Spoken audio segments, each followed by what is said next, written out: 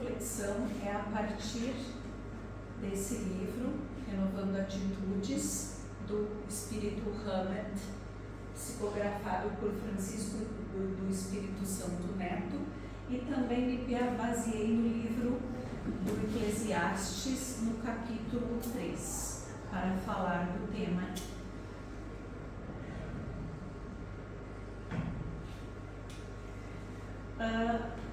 Vamos refletir um pouquinho já a partir do Eclesiastes, que no seu capítulo, então, 3, ele traz o texto na íntegra para quem quiser dar uma olhadinha em casa. Ele fala muito sobre o tempo para tudo. O tempo, ele tem ocasião própria e há tempo para todo propósito debaixo do céu. Ele inicia assim: ele há tempo de nascer, tempo de morrer, e ele vai seguindo. Eu não vou ler todo ele, mas vou trabalhar com alguns pontos dele no decorrer. Então, esse texto, ele nos ensina que tudo tem o seu momento determinado sob o céu. Nós temos ciclos na vida. Nós temos o nascimento e a morte. O tempo de nascer, quando nós precisamos reencarnar na Terra, teremos o nosso tempo, seja de forma biológica para a mãe, seja de forma adotiva, seja da forma que for. O filho que é para chegar, ele chega, porque é o tempo dele chegar. Temos esse tempo também para partir. Ninguém morre antes da hora, a missão que a gente veio cumprir, ou a provação ou a expiação, ela chegou ao fim. E aí nós passamos para o plano espiritual de volta. Tempo de nascer, tempo de morrer. Há também o tempo de plantar e colher. Quando nós estamos aqui nesta existência terrena, nós temos o tempo de plantar. É a nossa oportunidade de ir plantando, ir semeando tudo que for bom. Depois, nesta vida ainda e em outras, nós vamos colher o que nós plantamos. Porque tudo é ação e reação. O que eu planto, eu colho. É importante destacar que às vezes a gente tem que arrancar o que plantou, porque nós plantamos coisas que não eram boas. Por isso que o texto do Eclesiastes fala de plantar e de arrancar também o que se plantou, que são as nossas consequências de acordo com os nossos atos. Há tempo de construir e derrubar. O tempo de derrubar os nossos erros, as nossas más ações e sempre recomeçar. Sempre. Todos temos a chance a cada amanhecer de ser diferentes. É difícil dar essa guinada na revolução íntima? Mas vamos fazer uma coisinha mínima por dia. E se a gente fracassou naquele dia, a gente derruba aquele erro e recomeça. Deus dá sempre a oportunidade de recomeço. E há o tempo de edificar, de ir construindo coisas melhores a cada dia. Também temos as emoções. Há tempo de chorar, Eclesiastes fala, tempo de rir, de dançar, que são as diversas oportunidades que nos são apresentadas no dia a dia. Há tempo de paz, tempo de guerra, tempo de amar e tempo de odiar. Às vezes, pensamos que o tempo não resolve muitas coisas, mas a gente tem que saber que tudo tem o seu tempo. Nada dura para sempre, no sentido de tristeza e nem de alegria. No momento, tem até ditados populares: depois da tempestade vem o sol. E isso tem muito a ver com o tema de hoje. Nós temos que aprender a lidar com esse tempo de coisas boas e de coisas ruins, que é o ciclo natural da nossa vida.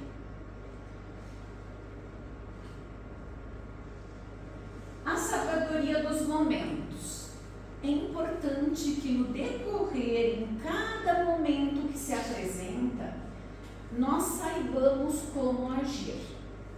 Há momentos de falar, há momentos de calar, há momentos de só estar presente. Por exemplo, quando um amigo da gente perde um ente querido, a gente vai ao velório, a gente só está presente, não precisa falar nada. Abraça, pega na mão. A presença é que faz a diferença nesse sentido. Nenhuma palavra vai consolar aquele momento. Nenhuma. Então, esse é o tempo de quê? De calar, de silenciar, de estar apenas presente. Há um tempo de falar, quando nós queremos emprestar o nosso ombro para um amigo, desabafar com a gente, para aconselhar, para ensinar. E há um momento de calar e silenciar para não magoar as pessoas. Quando o tempo for de raiva, cuidado, é melhor calar, porque a gente fala coisas que não deve, fala coisas que depois nós nos arrependemos, que saíram de boca para fora, mas que magoaram muito a pessoa que ouviu.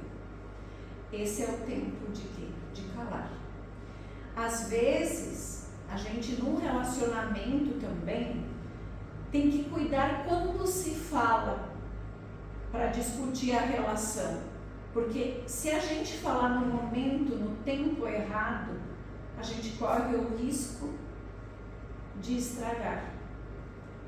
Então, o tempo é fundamental para que a gente escolha bem, tenha sabedoria de como agir com ele em cada momento. Neste livro, neste texto de Hammett, que tem o título Tempo Certo, ele faz referência à parábola do semeador. E a parábola do semeador, ela mostra 4 tipos de semeadura. E eu faço a pergunta para que cada um reflita. O que eu estou semeando? Primeiramente, eu estou semeando o bem, a paz, o amor, a humildade, a gratidão? Ou eu estou semeando a fofoca, a maledicência, Estou semeando a maldade? O que eu estou semeando? É uma pergunta a se fazer. Que solo eu sou? Na parábola fala de onde semear, como a gente vai semeando, mas eu tenho que analisar que solo eu sou. Eu sou um solo, que lá no primeiro é onde eu só vou largando as sementes no caminho e os passarinhos vêm e vão comendo, ela não tem tempo de germinar, porque eu só sei das coisas superficialmente. Ou eu sou aquele solo que é árido, seco e que até germina, mas logo no primeiro sol forte a semente morre. Ou eu estou pronta para semear e também para que as pessoas semeiem em mim num terreno espinhoso. em que os espinhos vão sufocar a caminhada, em que eu sei dos ensinamentos, mas não coloco em prática. Na hora da prática eu me sufoco e sigo as tentações da porta larga. E o último terreno é o da terra fértil. Que tudo que se lançar nessa terra, a gente possa fazer germinar. Esses aprendizados aqui da casa, que sejam germinados no nosso coração. Existe uma oraçãozinha do perdão que diz: Senhor, ajude a cultivar no meu coração a plantinha do perdão, para que eu possa perdoar todos aqueles que me magoaram, voluntária ou involuntariamente, nesta ou outra vida. Porque tem que germinar em nós, o nosso terreno tem que ser fértil. E na nossa casa, talvez a gente tenha todos esses terrenos, na nossa família ampla. Uns são áridos, outros são espinhosos, porque ainda não estão prontos, terrenos ainda não estão preparados. Talvez os nossos filhos, que a gente tenha que preparar o terreninho para eles para plantar.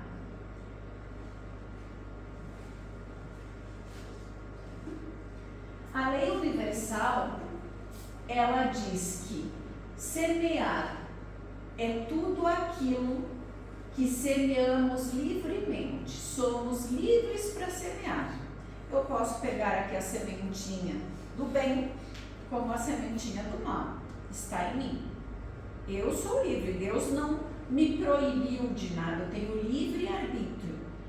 Contudo, é importante ter o equilíbrio, porque a vida, ela sempre nos devolve na medida exata o que a gente semeou. E a vida segue seu curso natural, que é o crescimento do que nós semeamos, e assim nós vamos colher aquilo que nós plantamos mais tarde, obrigatoriamente.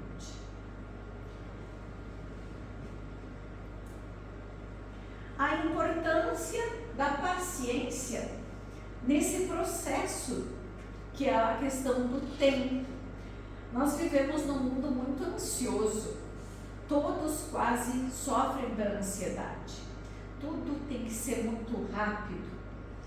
E a paciência deve ser desenvolvida por todos nós todos os dias.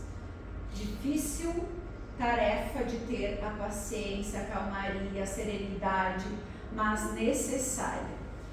A paciência é o pilar da evolução. Ela nos ensina a respeitar os processos divinos que se desdobram em seu próprio ritmo. Por exemplo, é importante confiar no plano divino, acreditar que tudo acontece no momento certo para o nosso bem maior. Às vezes queremos acelerar aquilo. E aí nós vamos ver, vou dar um exemplo da borboleta. Será que se eu tirar a lagarta ali do casulo para acelerar o processo dela se transformar em borboleta, ela vai ser borboleta? Não. Eu vou prejudicá-la. Por isso é importante nós refletirmos sobre tudo que nos chega no tempo certo. Mesmo que nós queiramos acelerar, às vezes o acelerar só nos prejudica mais. E lá na frente a gente vai entender que demorou para chegar aquilo que a gente estava ansioso por um motivo. Mas no presente, às vezes, a gente não entende, fica ansioso. Para isso, é necessário ter maturidade espiritual, desenvolver a capacidade de esperar sem ansiedade, assim como respeitar o próximo, entender que cada um tem seu próprio tempo de aprendizado e crescimento.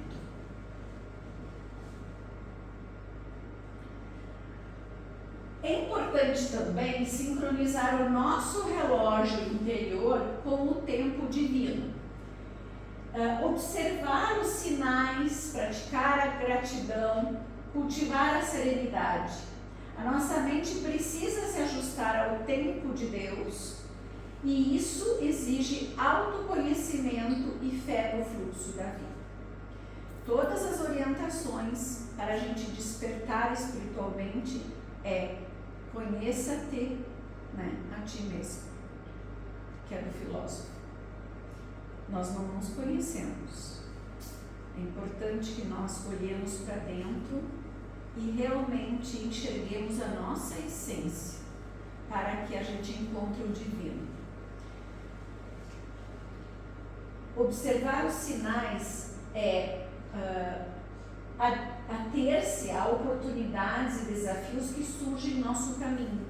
Observar tudo o que nos passa. Às vezes, desatento, a gente passa por um caminho e nem enxergou que existe aquilo. Depois a gente passa de novo, eu digo, meu Deus, mas isso existia há mais tempo, mas eu não vi. Porque naquele momento nós não tínhamos olhos de ver tudo.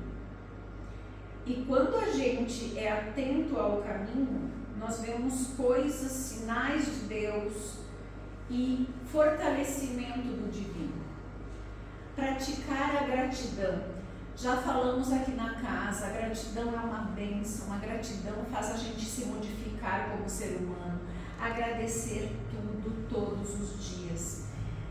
E não ficar só agradecer pela vida, agradecer por ser perfeito, não ficar só nesses agradecimentos. Mas, por exemplo, esses dias eu caí, e olha que foi um tombo bem feio, e eu lembrei logo do ensinamento. Eu quis agradecer, obrigada, Senhor, que eu não me quebrei. Porque eu poderia ter me quebrado, eu me machuquei sim, mas eu não fiquei reclamando. E Sérgio Cortella, que é um filósofo, ele sempre nos diz que a gente tem que olhar só para o lado bom. Eu estou andando de carro e o pneu no caso furou. Que bom que hoje tem um resgate que pode vir aqui. Ou, que bom que eu estragou perto de um posto. E não sair reclamando e dizendo o pneu estragou e agora, e ficar só no problema e não na solução. Se nós ficarmos na solução, as coisas se resolvem mais facilmente. Então, a gratidão todos os dias, tá? É importante que seja cultivada. Assim como a serenidade, manter a calma diante das adversidades, confiando na sabedoria superior. Deus sabe o que é importante, o que é necessário.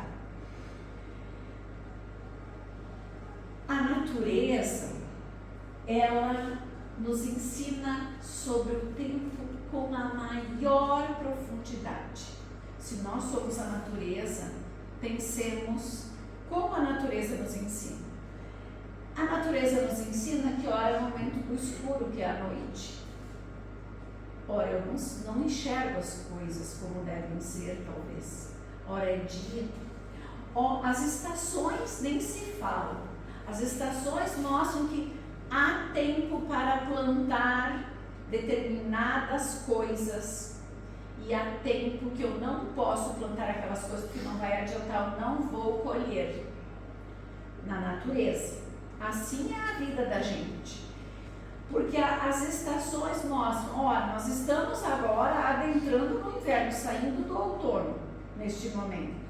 Momento em que as folhas caem, momento de renovação depois, né, do inverno vem a primavera, tudo germina, tudo brota, tem flores e vai produzir frutos. Não que exista fruto só lá na primavera, verão, não, mas existem as estações propícias para cada coisa, assim é a nossa vida. E aí, nos processos da natureza, que é o mais que a gente aprende. Quando eu vou plantar algo no solo, eu tenho que preparar o solo. Olha quanta paciência um agricultor tem. Ele prepara o solo, ele escolhe qual semente ele vai plantar, depois ele faz o plantio, espera às vezes a chuva vir para plantar. aí ele espera a germinação acontecer, aí depois ele vai manejando momentos de rega, de adubação, até que vem a floração e até que vem o fruto e a colheita. Olha o processo todo. E nós queremos tudo imediatamente. A natureza nos mostra que o processo é lento e que é esse o processo natural das coisas. E da borboleta eu já falei, vou falar da rosa, por exemplo. Coloquei 2 exemplos aí. A rosa, ela está lá no botão, eu quero vê-la aberta a qualquer custo. E eu vou lá, eu vou estragar a rosa se eu abrir o botão. É assim a vida com as pessoas também. Um fruto para amadurecer rapidamente. Tem pessoas e agricultores, enfim, que usam produtos químicos até para isso. Fica bom? Não. É saudável? Não. Então, respeitemos o tempo da natureza e o tempo divino em cada um de nós. Importante também superar a ansiedade através da compreensão espírita. A ansiedade é um descompasso com o tempo. A doutrina espírita oferece ferramentas para acalmar a mente e viver o presente. Com a paz interior através da oração, da meditação, nós encontramos a tranquilidade. Uma musiquinha calma, relaxante, fechar os olhos, respirar. A meditação não precisa ser longa. Às vezes, eu não sei como fazer meditação. Comece sentando uns 3 minutos ou deitando. Feche os olhos, respire fundo, tranquila e serenamente e só pense na respiração. É esse um dos inícios para a gente treinando. E depois a gente vai vendo e vai agradecendo e vai vendo o quanto a gente é abençoado e a gente vai se ligando ao divino e a paz vai florescendo na gente. Com direcionamento também, compreender o propósito da vida reduz a incerteza. Para que eu estou aqui? Eu vim à Terra, neste plano de provas e expiações para quê? Para evoluir, para aprender, para me tornar um ser melhor. Os outros são os outros. Eu devo explicações para mim, satisfação para mim mesmo. Porque quando eu chegar lá no plano espiritual, eu tenho que dar satisfação e explicação para a minha própria consciência. E nada, mas o outro me induziu a fazer isso. E por que você aceitou? Você é responsável por tudo o que acontece. A leveza, desligar-se do controle e confiar na providência divina. Quem é que não quer controlar tudo, né? Às vezes dentro de casa. Controlar os filhos, controlar o marido, controlar para não fazer isso, não fazer aquilo. E a gente sofre com esses controles, porque a gente não controla ninguém. Se a gente for a fundo, às vezes você diz para um filho uma coisa, ele faz exatamente o contrário. Controlou alguma coisa? Nada. O controle não está nas nossas mãos. A transformação interior e o processo e seus estágios naturais. A mudança interna que nós tanto precisamos é um ciclo contínuo. Eu nunca vou parar de me transformar até chegar na perfeição. Entender as suas fases nos permite abraçá-las sem resistir, tá? É necessário fazer uma autoanálise, que é aquela avaliação, identificar os pontos que nós temos a nos melhorar nas nossas atitudes e nos pensamentos, lembrando que somos o que pensamos e o que sentimos. E tudo o que pensamos, nós atraímos também. Espíritos, às vezes, com o mesmo pensamento. Nos renovar, né? Colher os frutos do esforço, manifestando novas atitudes frente a algumas circunstâncias que nos aparecem. Nos esforçar continuamente, dedicar-se diariamente à reforma íntima com persistência. Se não houver persistência, a gente abandona. A perseverança, que é manter o foco mesmo diante dos desafios. Todos temos desafios, mesmo sendo espíritas, temos desafios, mas é necessário aprender com eles. Identificar e aproveitar os momentos oportunos. A vida nos oferece oportunidades veladas. Discernir o tempo certo é crucial para o crescimento. Estar aberto para aprender e evoluir a cada experiência.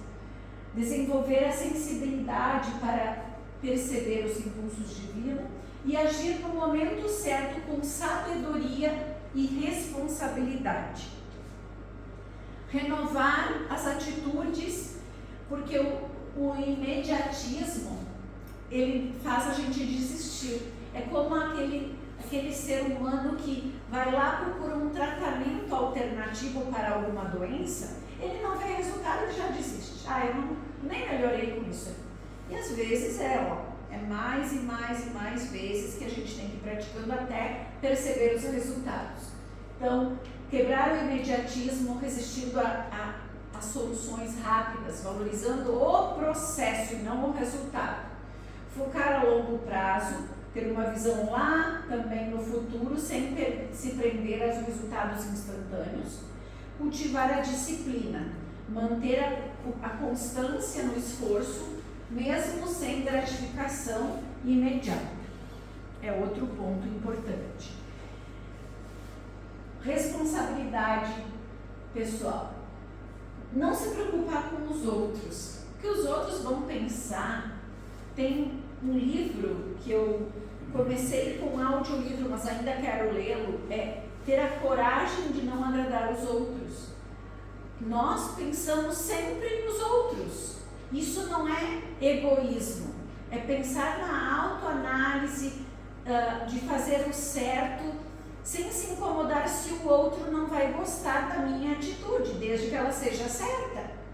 Porque o bonzinho, aquele que agrada a todo mundo, nem sempre é o certo diante dos olhos de Jesus. Às vezes há necessidade de enfrentamento para que as injustiças não ocorram.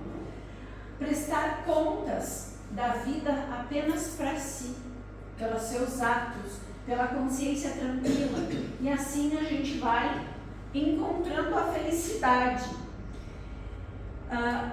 Essas lições, elas são práticas para viver o tempo presente com sabedoria, agradecendo, servindo ao próximo, fazendo caridade e se conhecendo, para que nós possamos estar mais presentes no dia a dia conosco mesmos, tá? Porque muitas vezes nós vivemos só lá no futuro com a ansiedade que temos no coração, ou só no passado com uma depressão. O presente é fundamental, por isso que a meditação, ela é um exercício para estar conectado com o presente. Hoje é só agora. O que eu falei já ficou para trás, para o passado, é no momento agora. Existem técnicas de mindfulness, que é a mente vazia, de focar só no agora, estar comendo e sentir o alimento, o gosto, o cheiro e se focar.